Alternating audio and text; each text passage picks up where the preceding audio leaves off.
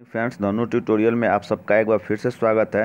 Friends, मैं एक बार फिर से आप लोगों के लिए रेलवे एएलपी और टेक्नीशियन से जुड़े कट ऑफ लिस्ट के बारे में एक जानकारी लेके आया हूं। जैसा कि फ्रेंड्स आप सबको पता होगा कि 31 अगस्त को जो आप लोगों के एएलपी और टेक्नीशियन के एग्ज़ाम चल रहे थे वो ख़त्म हो गए और 4 तारीख को आपका एग्ज़ाम बचा है। जिन लोगों का 9 अगस्त को और केरल में जो बाढ़ आ रखा है उससे प्रभावित जो भी स्टूडेंट रहे थे उनका जो एग्ज़ाम कैंसिल हुआ था, उनका 4 अगस्त को पेपर बाकी है।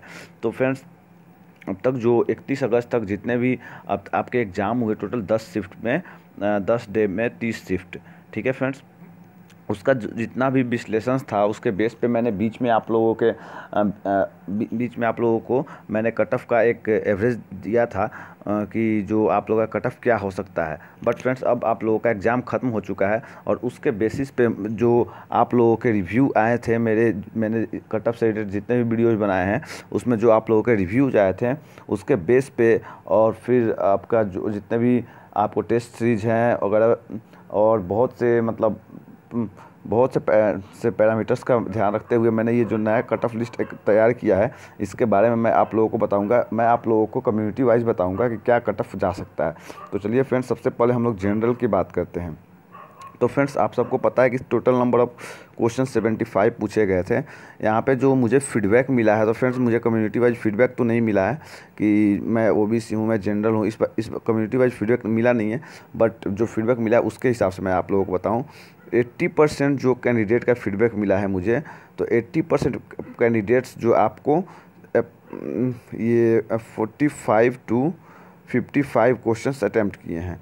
80% से कैंडिडेट 45 to 55 क्वेश्चंस अटैम्प्ट किए हैं। तो इस बेस पे फ्रेंड्स, अगर मैं मैक्सिमम लेके चलता हूँ, चूँकि जनरल की बात हम लोग कर रहे हैं इसलिए हम लोग मैक्सिमम लेके चलेंगे। तो फ्रेंड्स, अगर किसी ने 55 क्वेश्चन अटैम्प्ट किया होता है और उसके अगर 6 या 7 रॉन्ग हो जाते हैं, ठीक है फ्रेंड्स, तो आपके 2 मार्क्स ऐसे ही चले जाते हैं। ठीक है, मतलब आपके हुए 53 मार्क्स, सॉरी 55 में से 6 गए आपको 49, और 49 में से 2 आपका 2 गया, 49 में से 2 गया आपका 47।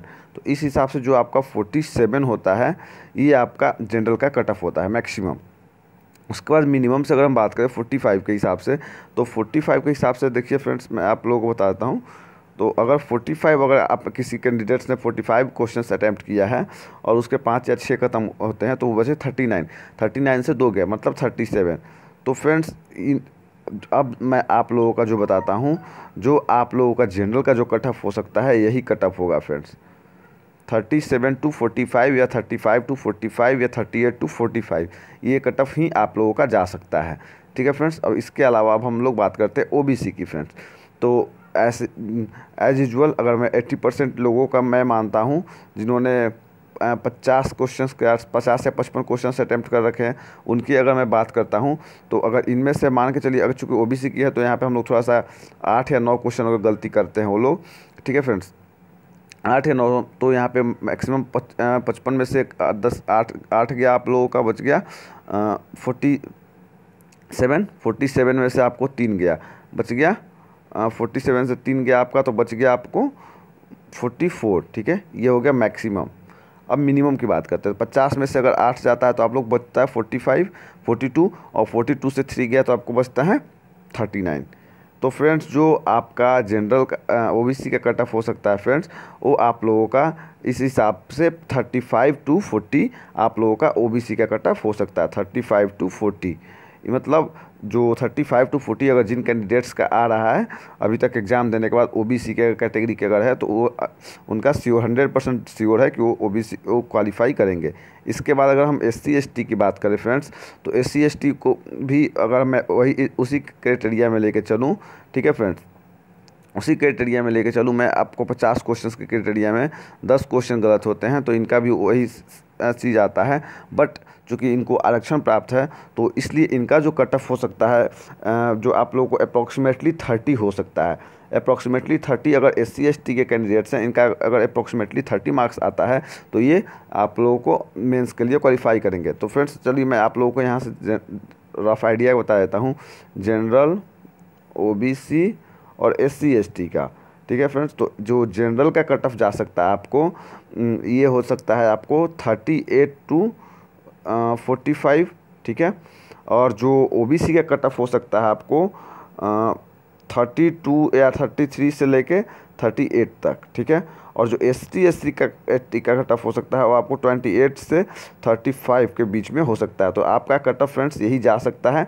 इसके अलावा इससे मैक्सिमम 45 से ज़्यादा तो किसी भी केस में एनी हाउ आपका कट ऑफ नहीं इंक्रीज करेगा। तो फ्रेंड्स आप लोगों का अब बहुत अच्छे से रिव्यू भी मिल गया होगा, चूँकि आप लोगों ने जितने भी क्वेश्चन पूछे गए क्वेश्चंस को देखा था। और मुझे उम्मीद है कि फ्रेंड्स इस मंथ के लास्ट तक आपका आंसर शीट भी अपलोड कर दिया जाएगा। तो जैसे ही आपका आंसर शीट अपलोड होता है और आप लोगों का जो मार्क्स है अगर इस बीच में आता है, तो आप लोग अपने आप को डैम श्योर रखिए कि आप सेकेंड स्टेज के लिए क्वालिफाई करेंगे। और फ्रेंड्स जैसे ही आप लोगों को इसका प्रीलिम्स का एग्ज़ाम होता है, जैसे ही आपको ये आपका आंसर शीट रिलीज़ किया जाएगा रेलवे बोर्ड के द्वारा, उसके कुछ ही दिनों बाद आपके मेरे हिसाब से ज़्यादा टाइम नहीं लिया जाएगा, 2 या ढाई महीनों में ही आप लोगों का CBT 2 का भी एग्ज़ाम लिया जा सकता है। तो फ्रेंड्स आप लोग CBT 2 के लिए प्रिपेयर रहिए। और CBT 2 के बारे में अगर जानना है आप लोगों को ज़्यादा, तो मेरे प्ले लिस्ट में जाकर CBT 2 के बारे में सर्च कर सकते हैं कि CBT 2 में जो सिलेबस है वो क्या हो सकता है। और CBT 2 से रिलेटेड मैं अपडेट आप लोगों को अपने वीडियो के माध्यम से एक और बार देने की कोशिश करूंगा, जिसमें मैं आपके सिलेबस की विस्तृत चर्चा करूंगा। तो चलिए फ्रेंड्स आज के लिए बस इतना ही। Thank you friends watching video. Thank you.